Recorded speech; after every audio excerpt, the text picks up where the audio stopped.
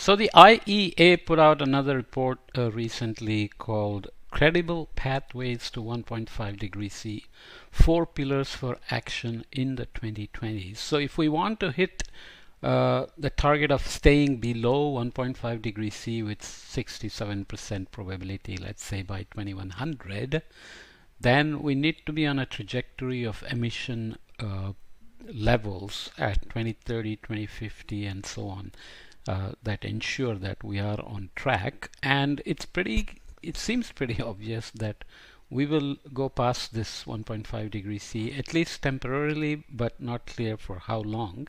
For example, this 2023 itself is a El Nino year, and all kinds of record warmings are happening. Ocean is warm all over the place, and so is the atmosphere.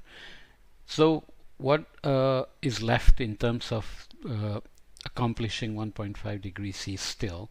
So I thought maybe we should just go through this, even if you have to figure out your own pathways to see how credible these pathways are. So four pillars for action in the 2020s. The summary, I'll again be very brief, it's a long report. Global energy related CO2 emissions rose 0.9% in 2022, reaching an all-time high of 36.8 billion tons. This doesn't even include the non-CO2 greenhouse gases, which would take us into the 40s in terms of billions of tons. Land use related CO2 emissions remained at around 6 gigaton in 2022, while energy related methane emissions rose in 2022 but remained below record levels of 2019. The window to a credible pathway towards limiting warming to 1.5 degrees C in 2100 is therefore rapidly closing. The idea is that there is still a narrow opportunity to get there, even though the pathways are beginning to close.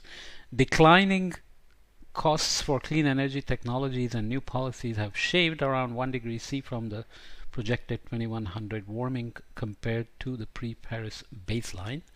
The ambitions that countries have put on the table go a significant way to meeting the 1.5 degree C goal if implemented on time and in full.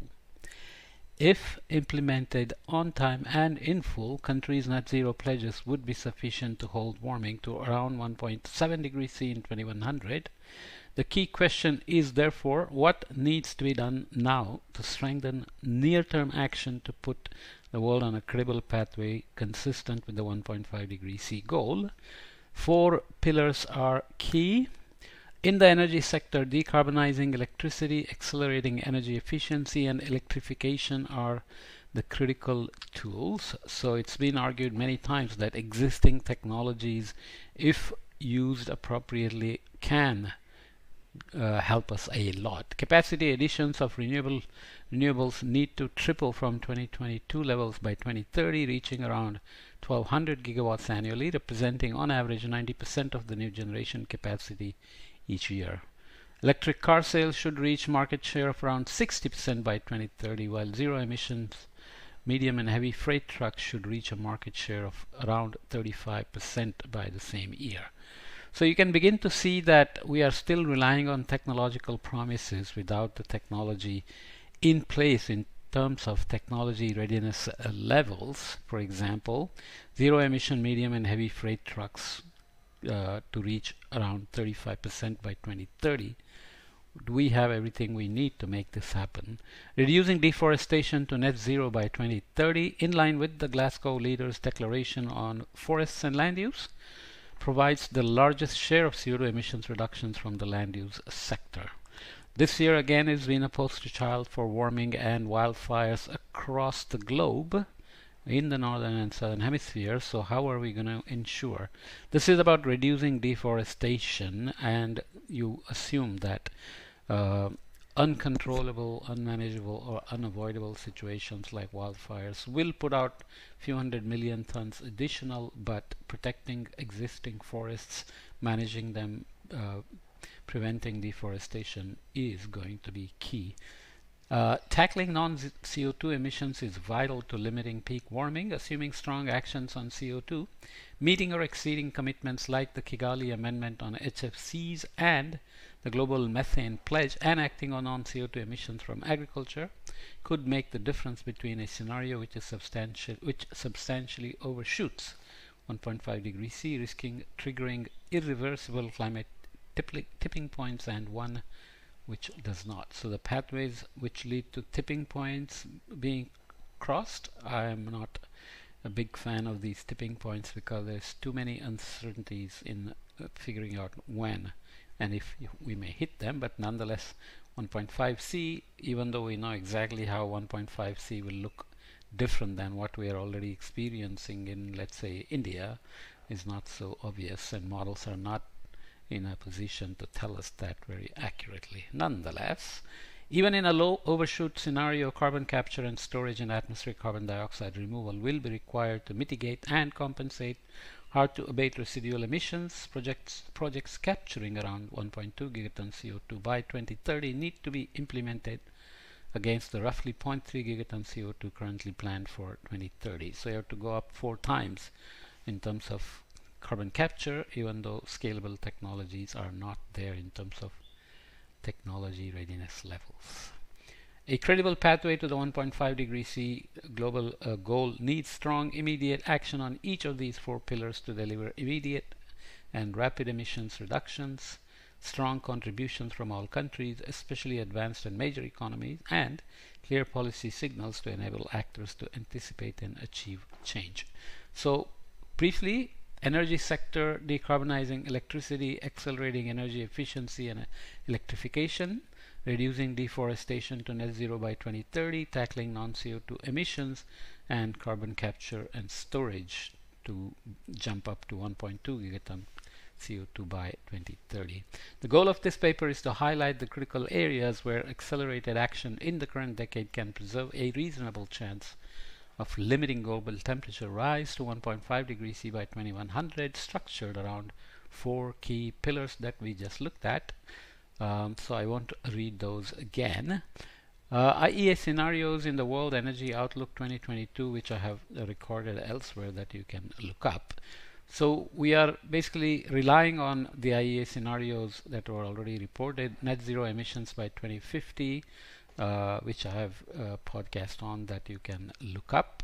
Announced pledges scenario and stated policy scenarios. And there is always the idea that announced and stated policy scenarios are not sufficient, that they leave emission gaps. For example, stated policy scenario steps. This scenario is based on a detailed sector-by-sector review of the policies and measures that are actually in place or under development. In this scenario, temperatures would reach 2.5 degrees C by 2100 and continues to rise thereafter. So obviously you will need sustainable development scenarios to pull everything down. Let's look at some figures again. Energy sector CO2 emissions by scenario 2010 to 2050 and temperature rise by scenario in 2100. So we're always talking about warming targets by 2100 and the emission trajectories that are needed to hit certain deadlines as we get to 2100 to keep the warmings below the targets we are seeking.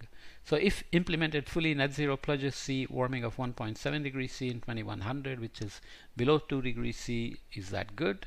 Can we say the difference between 1.5 degrees C warming and 2 degrees C warming, let alone 1.5 to 1.7?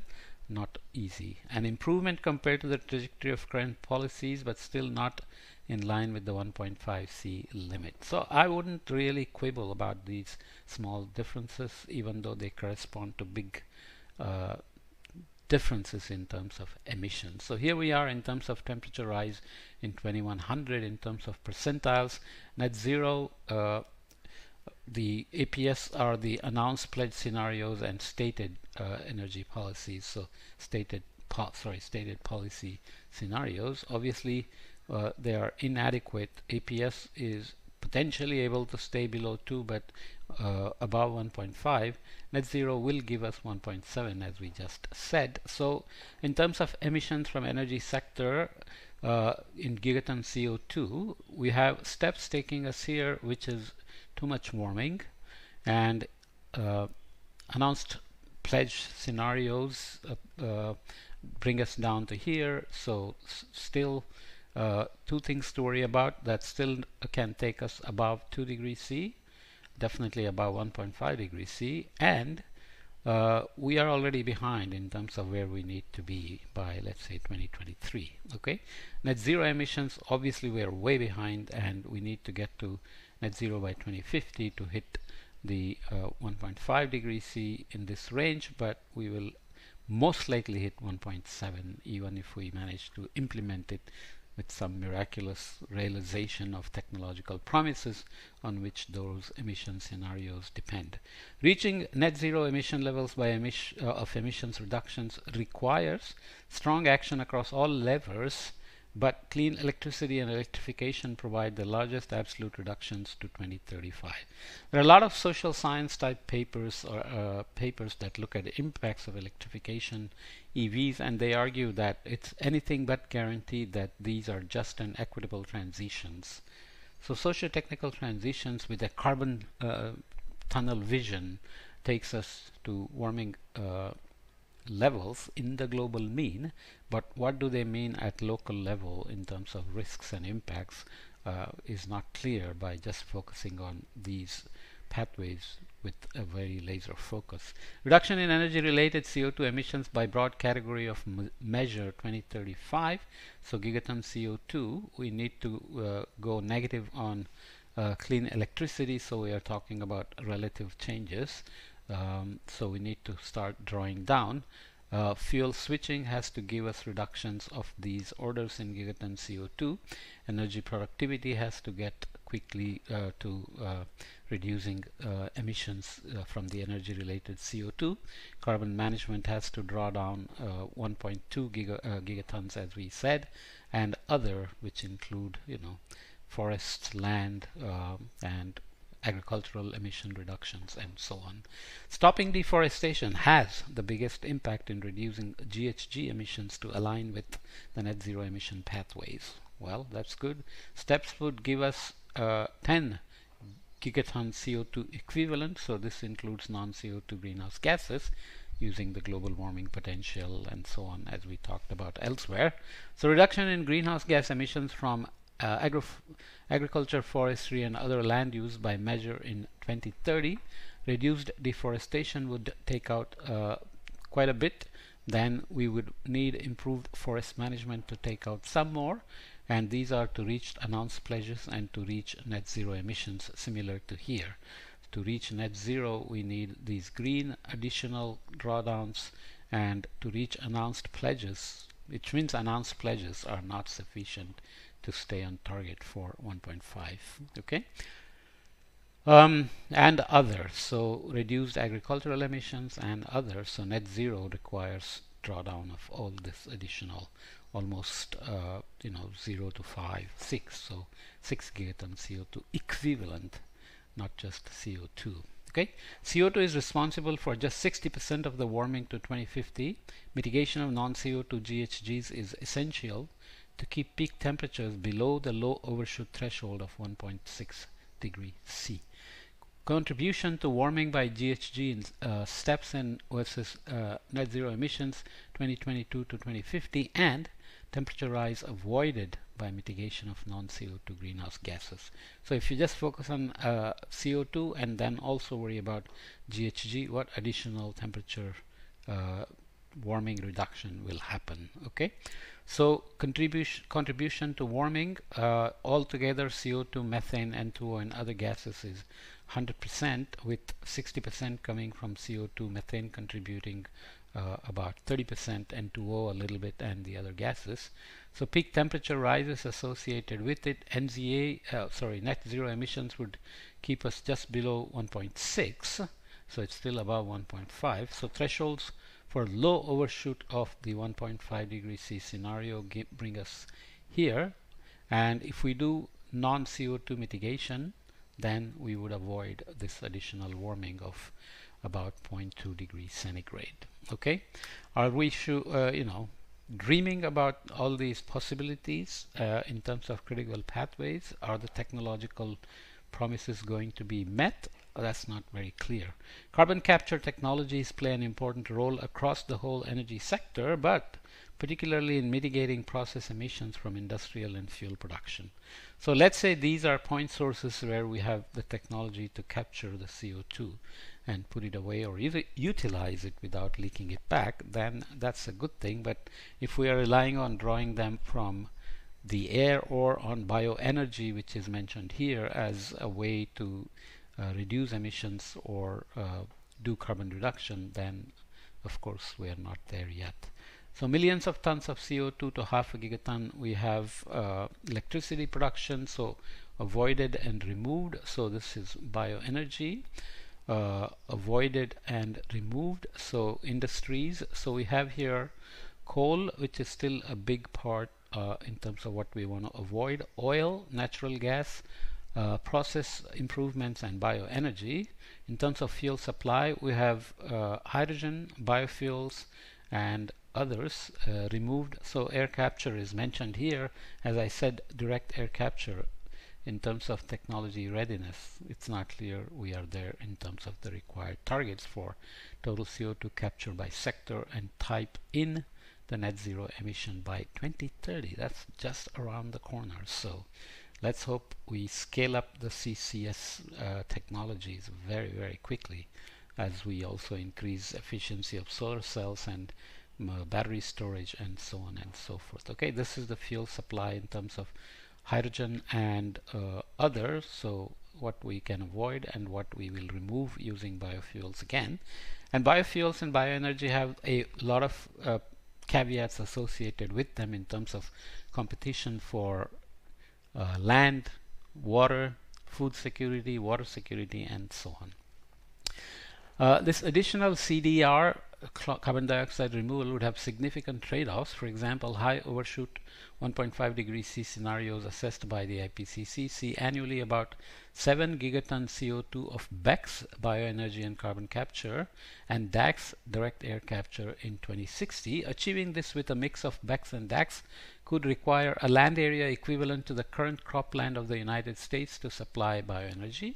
That's where the food security issues and food prices and water security issues come in. About 760 gigawatt of additional wind and solar capacity, almost equivalent to the current combined capacity of the European Union, United States, India, and Japan.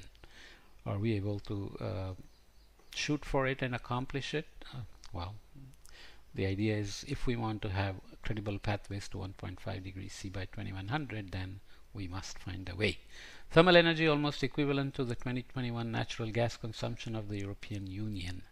Well, the Ukraine war, Russian invasion has shaken up the energy markets, food markets, fertilizer, and so on. So we know that perturbations, geopolitical and otherwise, will keep coming like the pandemic COVID-19. But the idea is that we are somehow going to stay within the envelope of all possibilities in terms of the announced pledges, scenarios, and stated energy policy, stated policies, and all the action on renewables and under Paris Agreement, all the technology solutions being pursued in carbon capture and so on. And maybe we can take COVID-19 vaccine development as an indication of how human mind can produce something when it puts its mind to it in a concerted way. But let's hope that really does happen. Okay.